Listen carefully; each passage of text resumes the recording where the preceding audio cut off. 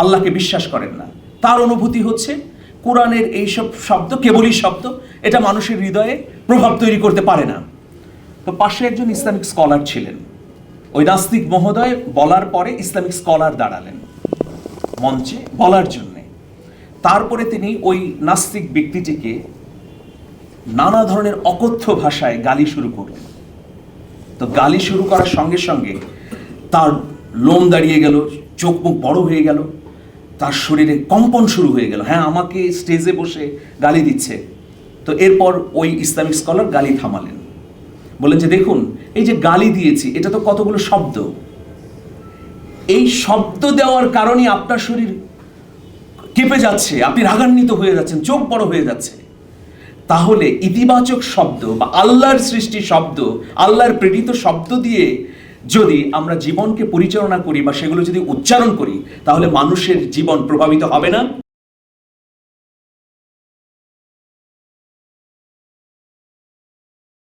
অহংকার হচ্ছে আল্লাহর চাদর, এবং এজন্যে আল্লাহ মানুষকে অহংকারী হতে না করেছেন। পৃথিবীতে যত বড় বড় বিষয় আছে, বড় বড় স্থাপত্য বা বড় ব্যক্তি বা অহংকারী ব্যক্তি, তাদের পতন কিন্তু খুব ছোট্ট প্রাণী বা ছোট্ট কোনো ঘটনার মধ্য দিয়ে হয়েছে। আপনার নিশ্চয়ই রাসূল সাল্লাল্লাহু আলাইহি সাল্লামের আগে, জন্মের আগে আব্রাহার হস্তি বাহিনীর ঘটনা জানেন। আব্রাহার হস্তি বাহিনী নিয়ে কাবা শরীফকে ধ্বংস করার জন্য উদ্যোগ নেওয়া হয়েছিল। এই আব্রাহার হস্তি বাহিনীকে কিভাবে ধ্বংস করলেন আল্লাহ রাব্বুল আলামিন? তিনি আবাবিল মানে পাখির ঝাঁকের মাধ্যমে, ছোট্ট পাখি দিয়ে তিনি এই আব্রাহার বিশাল বাহিনীকে ধ্বংস করলেন। আবার আমরা যদি নমরুদের কথা বলি, যিনি নিজেকে খোদা দাবি করতেন, নাউজুবিল্লাহ, সেই আল্লাহদ্রোহী ব্যক্তির পরিণতি কি হয়েছিল? ছোট্ট মাছি তার মাথার ভেতরে ঢুকেছিল, মশা, এবং তার মৃত্যু ঘটেছিল। আমরা কদিন আগে কোভিড-19 দেখলাম না? এমন একটা জীবাণু যেটা আমরা খালি চোখে দেখি না, খুবই ক্ষুদ্রাতি ক্ষুদ্র, সেই জীবাণুর জন্য সমগ্র পৃথিবী অচল হয়ে গেল।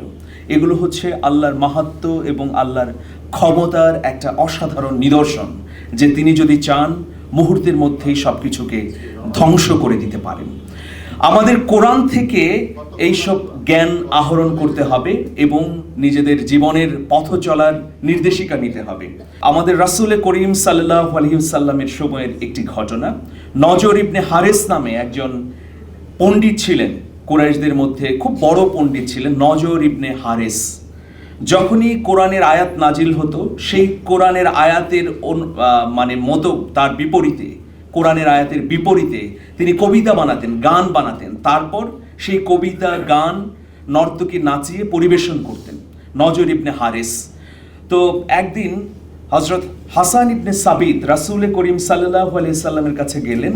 তিনি বললেন যে রাসূলুল্লাহ, আপনি অনুমতি দিন এই নজর ইবনে হারিসকে হত্যা করার। তো তখন রাসূল করিম সাল্লাল্লাহু আলাইহি সাল্লাম বললেন যে হত্যা করে কখনোই সমাধান হবে না। নজর ইবনে হারেস যে কাজটি করছে, সে কোরআনের বিরুদ্ধে কবিতা বানাচ্ছে, গান তৈরি করছে এবং মানুষকে বিভ্রান্তি করছে। তোমরাও কবিতা বানাও, তোমরাও গান তৈরি করো, তোমরাও কোরআনের পক্ষে জাগরণ তৈরি করবার জন্যে চেষ্টা চালাও। এর মধ্য দিয়ে আমরা কি দেখি? যে রাসূল করিম সাল্লাল্লাহু আলাইহি সাল্লাম এমন সহনশীলতার বার্তা দিয়ে গেছেন যে তিনি তার জানের শত্রুকেও ক্ষমা করে দিয়েছেন। তিনি জ্ঞান এবং প্রজ্ঞার মধ্য দিয়ে শত্রুদের মোকাবেলা করতে বলেছেন। কিন্তু আমরা সাম্প্রতিক সময়ে দেখছি আমাদের মধ্যে এমন উগ্রবাদ ছড়াচ্ছে, ইসলাম ধর্ম প্রচারের নামে এমন অনভিপ্রেত কাজ আমরা করছি, যেগুলো আসলে আমাদের মাথাকে নিচু করে দেয়।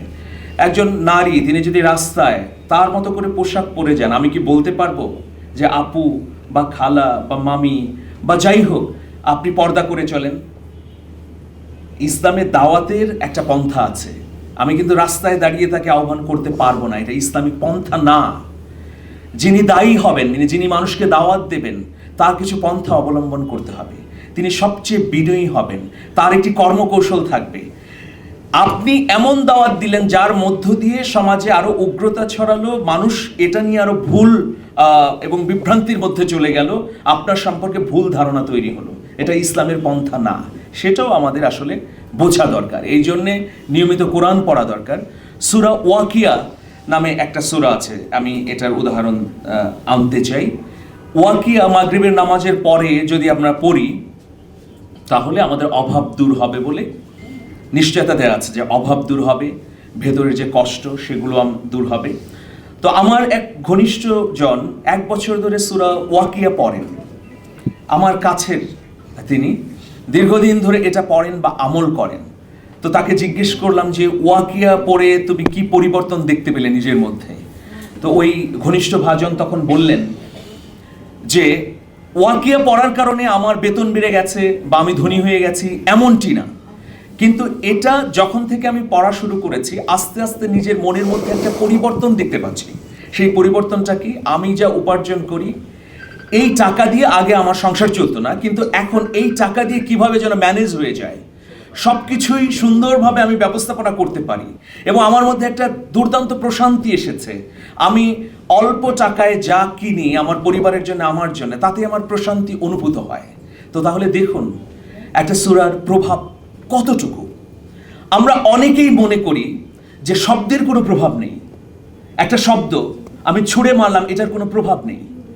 একজন ব্যক্তি তিনি মঞ্চে দাঁড়িয়ে বলছেন যে এই যে কোরআনের আয়াত দিয়ে আমরা ঝাড়ফুঁক দেই বা কোরআনের আয়াত পড়ি, এটা একটা শব্দমালা, এটাতে প্রভাবিত হওয়ার কি আছে? তিনি বলছেন দাঁড়িয়ে।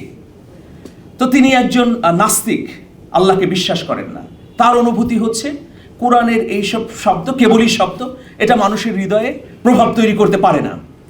তো পাশে একজন ইসলামিক স্কলার ছিলেন, ওই নাস্তিক মহোদয় বলার পরে ইসলামিক স্কলার দাঁড়ালেন মঞ্চে বলার জন্যে। তারপরে তিনি ওই নাস্তিক ব্যক্তিটিকে নানা ধরনের অকথ্য ভাষায় গালি শুরু করলেন। তো গালি শুরু করার সঙ্গে সঙ্গে তার লোম দাঁড়িয়ে গেল, চোখ মুখ বড় হয়ে গেল, তার শরীরে কম্পন শুরু হয়ে গেল। হ্যাঁ, আমাকে স্টেজে বসে গালি দিচ্ছে। তো এরপর ওই ইসলামিক স্কলার গালি থামালেন, বললেন যে দেখুন এই যে গালি দিয়েছি এটা তো কতগুলো শব্দ, এই শব্দ দেওয়ার কারণে আপনার শরীর কেঁপে যাচ্ছে, আপনি রাগান্বিত হয়ে যাচ্ছেন, চোখ বড় হয়ে যাচ্ছে। তাহলে ইতিবাচক শব্দ বা আল্লাহর সৃষ্টি শব্দ, আল্লাহর প্রেরিত শব্দ দিয়ে যদি আমরা জীবনকে পরিচালনা করি বা সেগুলো যদি উচ্চারণ করি তাহলে মানুষের জীবন প্রভাবিত হবে না? অবশ্যই হবে। তো আমরা যারা উপলব্ধি করতে পারি না তারা এই ধরনের চিন্তা করি যে কোরআন পড়ে কি হবে, কোরআন দিয়ে কি সমাজ গড়া যাবে, কোরআন দিয়ে কি নিজের মধ্যে পরিবর্তন আনতে পারবো?